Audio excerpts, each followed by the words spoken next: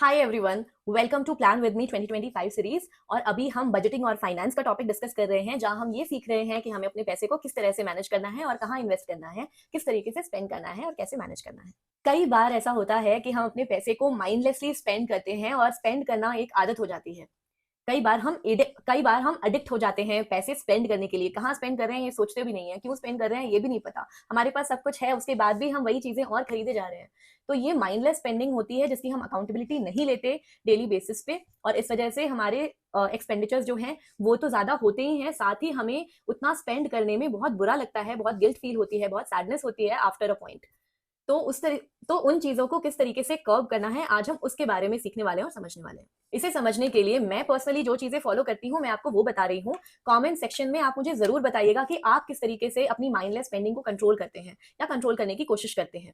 PDF में एक जो डिस्क्रिप्शन में जो पीडीएफ है, उसमें भी मैंने ये चीजें वहां पे एक्सप्लेन की हैं। आप चाहें तो वो पीडीएफ डाउनलोड करके उसे देख सकते हैं, जिससे आपको थोड़ा बहुत और आइडिया मिल जाएगा। सबसे पहली चीज जो मैं फॉलो करती हूँ वो ये है कि मैं अपनी डेली एक्सपेंसेस लिखती हूँ, चाहे वो कितने भी छोटे हैं या फिर वो कितने भी बड़े हैं। अपनी ग्रोसरी से लेकर के, अगर मैं एक नुक्कड़ पे चाय भी पी रही हूँ 10 रुपए की, तो मैं वो भी डेली एक्सपेंसेस में नोट करती हूँ। इसको नोट करने के बाद आप हर वो एक्सपेंस को हाईलाइट कर सकते हैं जो आपको पता है कि ये जरूरी नहीं था, इसको अवॉइड किया जा सकता था, लेकिन आपने फिर भी वो स्पेंड किया।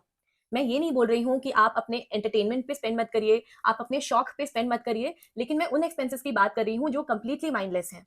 वो चीजें जो आप करना नहीं चाहते, जो आप रोज रोकना चाहते हैं वो स्पेंड करने से, उस तरह से स्पेंड करने से, लेकिन उसके बाद भी आप माइंडलेसली वो चीजें करते हैं, उन चीजों पे खर्च करते हैं, मैं उन चीजों की बात कर रही हूँ। उसके बाद कुछ एक्सपेंडिचर्स ऐसे होंगे जो जरूरी तो थे, लेकिन वो अनएंटिसिपेटेड थे। मतलब आपने पहले से सोच करके नहीं रखा था कि ये स्पेंडिंग भी होनी होगी, लेकिन ये एक्सपेंसेस हुए, आपने इसको इनकर भी किया और ये इंपॉर्टेंट भी है, ये नेसेसरी एक्सपेंसेस हैं, लेकिन हमारे दिमाग में प्लानिंग करते टाइम नहीं आया कि हमें ये स्पेंड करना पड़ेगा। इसके साथ या इसके ऊपर आप एक छोटा सा स्टार मार्क लगा दीजिए। ऐसा इसलिए है ताकि जब आप आगे की प्लानिंग करें, अगले कुछ मंथ्स की या अगले साल की, या जो भी आप नेक्स्ट प्लानिंग करेंगे अपने पैसों को लेकर के, तो आप एक एस्टिमेट लगा पाएंगे कि ये भी एक्सपेंडिचर्स होते हैं जो जिन्हें आपको अकाउंट करना है ऑन एन एवरेज अपने एक्सपेंसेस में, अपने मंथली एक्सपेंसेस में। उसके बाद एक बहुत ही छोटी सी पर बहुत ही इफेक्टिव चीज है जो मैं फॉलो करती हूँ, और वो है no spend days. No spend days का मतलब होता है वो दिन जिसमें मैं 1 रुपया भी खर्च नहीं कर रही हूँ। आई नो, अगर आप घर में सब लोग साथ में रहते हैं तो शायद ये करना आपको थोड़ा आसान लगता होगा, पर जितना ये सुनने में आसान लग रहा है, करने में उतना ही मुश्किल होता है। क्योंकि जब आप अपनी लाइफ अकेले खुद से जीने लगते हैं, तो उसके बाद ये छोटी छोटी चीजें करना बहुत ज्यादा मुश्किल हो जाता है, क्योंकि आटे दाल से लेकर के हर चीज आपको खुद ही खरीदनी है और उसके लिए स्पेंड भी आपको खुद ही करना है। तो इसीलिए नो स्पेंड डेज होना बहुत मुश्किल हो जाता है। लेकिन मैं फिर भी अगर मंथ में 5 ऐसे दिन नो स्पेंड डेज बना पाती हूँ, तो मैं खुद को एक ट्रीट देती हूँ, और वो ट्रीट कुछ भी हो सकती है। मैं एक मूवी देख सकती हूँ या फिर कुछ भी। उसके बाद कुछ एक्सपेंसेस ऐसे होते हैं जो आप करते तो हैं, लेकिन आपको पता है कि ये बहुत ही माइंडलेस और यूजलेस एक्सपेंसेस हैं। जैसे आपके पास कपड़े हैं बहुत ज्यादा, लेकिन और आप खरीदना भी नहीं चाहते हैं, लेकिन उसके बाद भी जैसे आपके पास पैसे आते हैं, जैसे आपके पास सैलरी आती है, जैसे आपके पास सेल की अनाउंसमेंट आती है, आपका एकदम से मन करता है कि मैं ये भी खरीद लूं, मैं वो भी खरीद लूं, मैं किसी तरीके से तो अपने पैसे खर्च करूं। वो एक जो अर्ज होती है पैसे खर्च करने की ना, उसको बोलते हैं एडिक्शन। तो अगर आपको लगता है कि आपको भी वो एडिक्शन है, जो मुझे लगता है कि बहुत ज्यादा लोगों में होता है, तो उस चीज को कर्व कैसे करना है हम अभी वो समझेंगे। उसको कर्व करने के लिए आप सब्सटीट्यूट कर सकते हैं, क्योंकि यहाँ पे इशू ये नहीं है कि आप बहुत ही माइंडफुली वो चीजें खर्च कर रहे हैं, या आप अभी ये कैलकुलेट करने की कोशिश कर रहे हैं कि वो जरूरी है या नहीं है। यहाँ बात ये है कि आपको पैसे स्पेंड करने का मन कर रहा है, कुछ भी खरीदना है पर खरीदना है।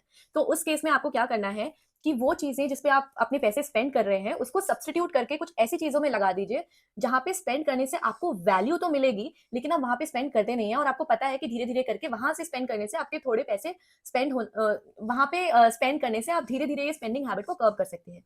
जैसे instead of buying clothes, you invest that money into buying a course where you can learn something. या फिर कोई किताब खरीद लीजिए जो आप पढ़ सकें और उससे कुछ सीख सके। कोई इवेंट की टिकट्स खरीद लीजिए जहां अपने लव्ड वंस के साथ, अपने दोस्तों के साथ, अपनी फैमिली के साथ जाकर के एंजॉय कर सके। और ये सब भी नहीं खरीदना चाहते तो फिर आप तो फिर आपको स्टॉक्स ही खरीद लीजिए। अगर आप ऑनलाइन कोई चीज खरीद रहे हैं, उस चीज को ना तुरंत मत खरीदिए, उसको पहले अपने कार्ट में डाल करके 1 हफ्ते के लिए रखिए और खुद से रीजन करिए क्या आपको उसकी जरूरत है, क्या आपके पास ऑलरेडी वो चीज है। अगर आप वो चीज नहीं खरीदते हैं तो उसकी जगह पे और क्या ऐसी चीज है जो आप खरीद सकते हैं जिससे आपको इससे ज्यादा बेनिफिट होगा। इससे क्या होगा कि अगर आप कोई चीज यूजलेसली खरीद रहे हैं, ब्रेनलेसली खरीद रहे हैं, तो उसको आप कंट्रोल कर पाएंगे। ये तो हो गई ऑनलाइन खरीदारी की बात। अगर आप ऑफलाइन भी कुछ खरीदने के लिए जाते हैं, आपको कुछ पसंद आ गया और आप इंस्टेंटली एक डिसीजन ले लेते हैं कि मुझे ये खरीदना है, ऐसा मत करिए। 5 मिनट में ये सारी चीजें अपने माइंड में तुरंत कैलकुलेट करिए और उसके बाद सोचिए कि क्या आपको ये खरीदना है या नहीं। मोस्ट लाइकली आप नहीं खरीदेंगे वो, और आपके पैसे भी बच जाएंगे और आप आगे की सैडनेस और गिल्ट से भी बच जाएंगे। तो ये थे वो कुछ तरीके जिससे आप अपनी माइंडलेस अननेसेसरी स्पेंडिंग हैबिट्स को कर्ब कर सकते हैं। फाइनेंस से रिलेटेड एक और छोटा सा टॉपिक रह गया है जिसके बारे में हम कल डिस्कशन करेंगे और कल उसके बारे में सीखेंगे। तो मैं मिलती हूँ आपसे कल प्लान विद मी 2025 सीरीज में। तब तक के लिए बाय बाय।